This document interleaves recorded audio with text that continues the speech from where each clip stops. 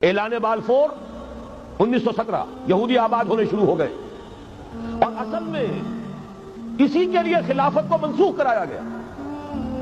سلطان عبد الحمید اگرچہ یہ ترکی خلافت جو ہے برد بیمار کمزور، پھر بھی وہ مسلمانوں والا جذبہ اتنا تھا، انہیں بڑی سے بڑی رشوت پیش کی گئی تھی۔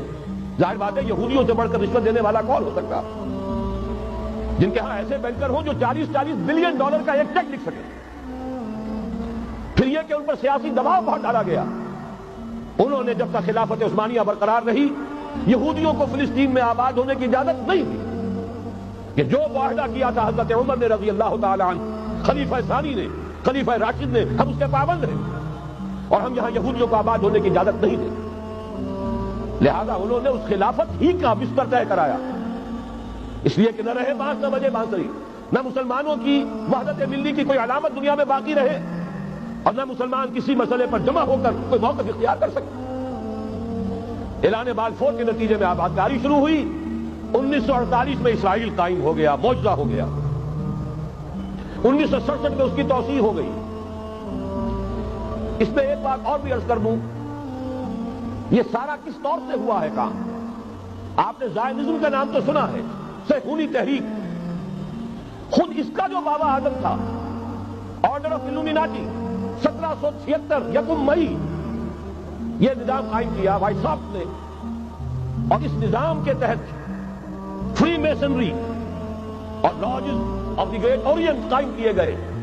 یہ سارا ہتھ کنڈا وہ ابلیسی نظام، اس کی تفصیل ایک کینیڈین آتھر نے لکھی ہے کتاب میں، پاؤنڈ ان دی گیم۔ یہ سارا دھندا ایک شیطانی چکر ہے، ابلیسی چال ہے، اور اس کے ذریعے سے اسرائیل قائم ہوا اور اس کی توسیع بھی ہوئی 1967 میں۔ اب یہاں تک پہنچنے کے بعد ان کے پیش نظر بقیہ دنیا کی تسخیر اور اسے فتح کرنے کا معاملہ، اور سب سے بڑھ کر اسلام کی بیخبری اور اس کا راستہ روکنا، یہ ان کے پیش نظر ہے۔ یریدون ان یطفئوا نور اللہ بافواہہم۔ صورت اس وقت کیا ہے؟ یورپ اور امریکہ سے آپ مشرق کی طرف آئیے، پہلے عالم عرب ہے، عرب مسلم ورلڈ۔ مجھے یہ کہتے ہوئے سب دکھ ہو رہا ہے، پورا عالم عرب وہ فتح کر چکے، وہ عرب ممالک کے جو اسرائیل کے ساتھ کسی میز پر بیٹھ کر گفتگو کرنے کو تیار نہیں تھے۔ آپ دیکھ رہے ہیں کہ لائن لگ گئی۔ کبھی صرف انور سادات نے ریکگنائز کیا تھا، پوری دنیا میں شور مچا تھا، اس پر لعنت ملامت ہوئی تھی۔ اب تو ایک ایک کر کے، وہ شاہ حسن ہو چاہے شاہ حسین ہو، اب تو وہاں سے ویزے ختم ہو رہے ہیں۔ سعودی عرب اور امارات، انہوں نے جو کچھ کاروباری بندشیں لگائی ہوئی تھی وہ ختم کر دی گئی، ان میں نرمی پیدا کر دی گئی۔ یہ صورتحال ہے کہ واقعتاً ان کی جو عالمی تسخیر کا پروگرام ہے وہ آگے بڑھ رہا ہے، اور بدقسمتی سے امت مسلمہ کا جو قلب ہے، اس امت کا قلب امیین پر مشتمل ہے۔ هو الذی بعث فی الامیین رسولا منہم یتلو علیہم آیاتہ ویزکیہم الی آخر الآیہ۔ حضور بھی امی تھے، انہی میں سے تھے صلی اللہ علیہ وسلم، لیکن آج وہ قلب جو ہے عالم اسلام کا، وہ یہودیوں کے شکنجے میں کسا جا چکا ہے۔ اکثر وہاں کے جو حکمران ہیں امریکہ کے ایجنٹ ہیں، اسٹوجز۔ یہ حالات جہاں تک عالم عرب کا تعلق ہے تلخ حقائق ہے جو بیان کر رہا ہوں، اس لیے کہ آپ کے سامنے رہنا چاہیے۔ یہ اقبال نے کہا کہ دنیا کو ہے پھر مار گئے روح و بدن پیش، ابلیس نے پھر اپنے درندوں کو ابھارا، اللہ کو پاور دیے مومن پہ بھروسہ، ابلیس کو یورپ کی مشینوں کا سہارا۔ یہ دوبارہ ایک بہت بڑے پیمانے پر حق و باطل کا گھمسان کا رنگ پڑنے والا ہے۔ ملاحم کی جو حضور صلی اللہ علیہ وسلم پیشین گوئیاں فرمائی، الملحمۃ العظمیٰ، تاریخ انسانی کی عظیم ترین جنگ جو ابھی آنے والی ہے، اس کو سمجھ لیجیے اچھی طریقے سے کہ اس میں جو قوتیں ایک دوسرے کے مقابل آ رہی ہیں وہ کون سی ہے۔ نیو ورلڈ آرڈر کہنے کو امریکہ کے زیر قیادت ہے، حقیقت میں امریکہ خود یہودیوں کے پنجے میں ہے۔ یہ وہی ابلیسی طاقت ہے جو آگے بڑھ رہی ہے۔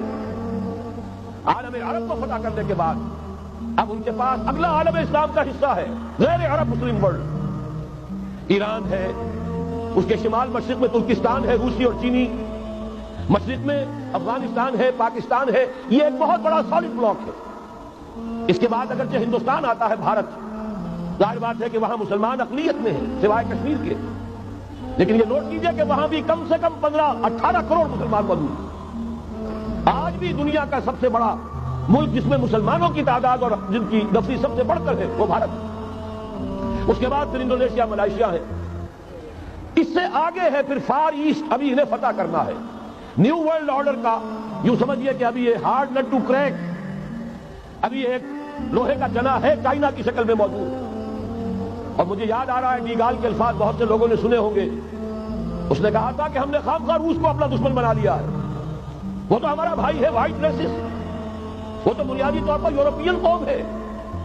Beware of the yellow masses of the East, تمہیں گھبرانا چاہیے، تمہیں خبر لینی چاہیے، وہ مشرق بعید کے جو زرد رو لوگ ہیں، China, Indo China, Japan, yellow races. ابھی اس نیو ورلڈ آرڈر کے لیے جو فتح عالم اور تسخیر عالم کا پروگرام ہے، اس میں پہلے غیر عرب مسلمان دنیا اور پھر یہ فار ایسٹ کا خاص طور پر یلو ماسز، یہ ہے کہ جنہیں ابھی انہیں ٹیکل کرنا ہے۔ اور اسی لیے میں کرنا چاہتا ہوں، حقائق ہمارے سامنے رہنا چاہیے۔